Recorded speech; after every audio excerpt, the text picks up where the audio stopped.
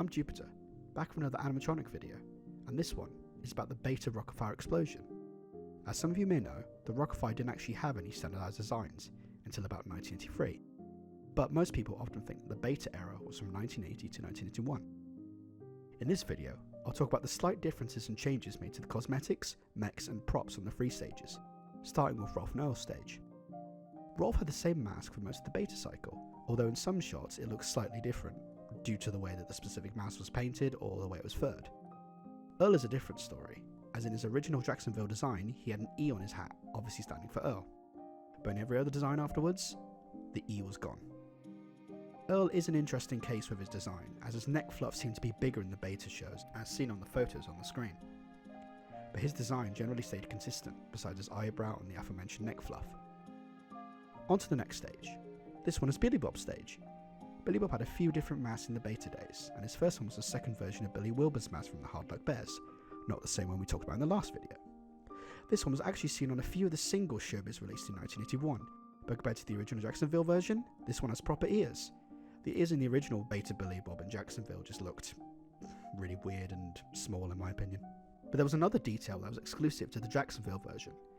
Billy Bob's guitar had 6 strings and 6 tuning knobs.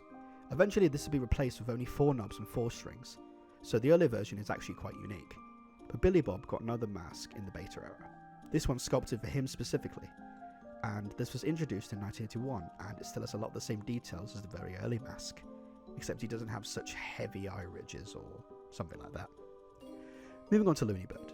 The first thing to note is that he had economy size written on his barrel, directly below the Easy Flow oil sign, although this was only for one show. He also had darker feathers on his face and back area, as seen in the photo from 1980, and his original mask came from one of the Looney Birds from the Hard Luck Bears, but was replaced pretty soon after it was introduced.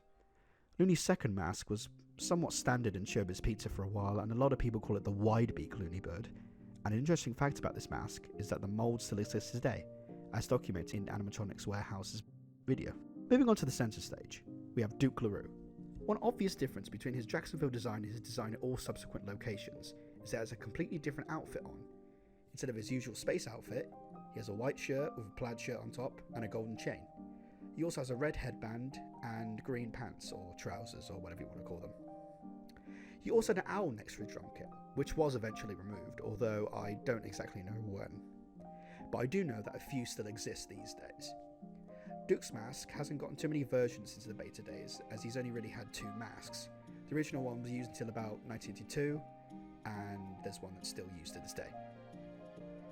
Personally, I prefer his Beta mask, as he looks more like a dog than his current version. The next character is Fatz.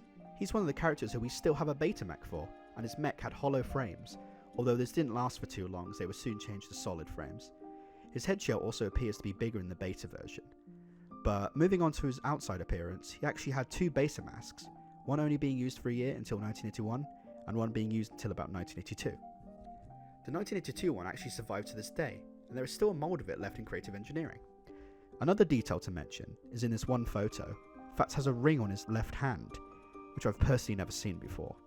His organ, for a short while, actually had 4 legs, but this was soon replaced with a standard 2-legged one. Beach Bear is the next character, and his fur changed quite a bit throughout the Beta era.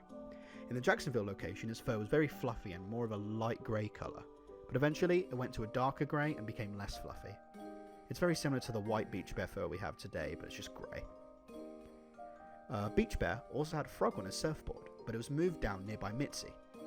Beach Bear had 2 different Beta guitars, one of which was his classic red and white one, but there was also another one which was slightly different, and that one was black and blue. And finally, the last non-prop character is Mitzi.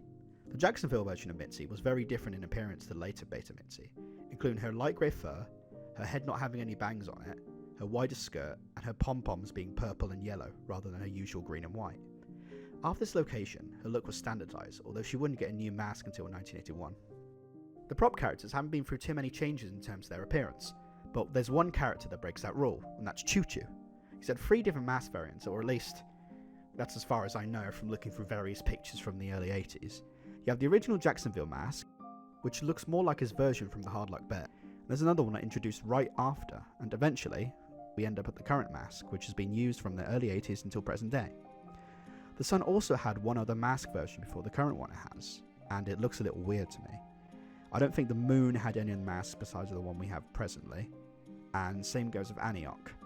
Although the bushes and the trees behind the main stage did have different designs in the beta era, the most obvious difference is the birds and animals that are mostly in the beta version. You can actually still see beta versions of the bushes in front of the Sun and Moon at Dream Factory.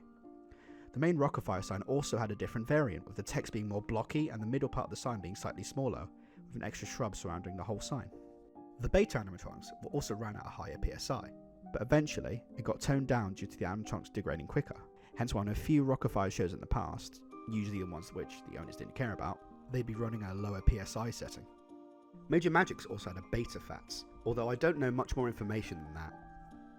In my opinion, I prefer some of the looks of the beta animatronics, including Mitzi's lighter grey fur and Duke's more interesting outfit. But I do like the post-1983 versions too, especially Fatz and Billy Bob's masks. They just look a little softer in those versions compared to the beta ones.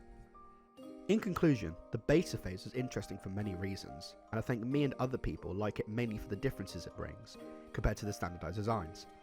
I hope this video has given out some information that some of you may not know about, as I've wanted to put all this information into one video for a little while now. Thank you all for watching.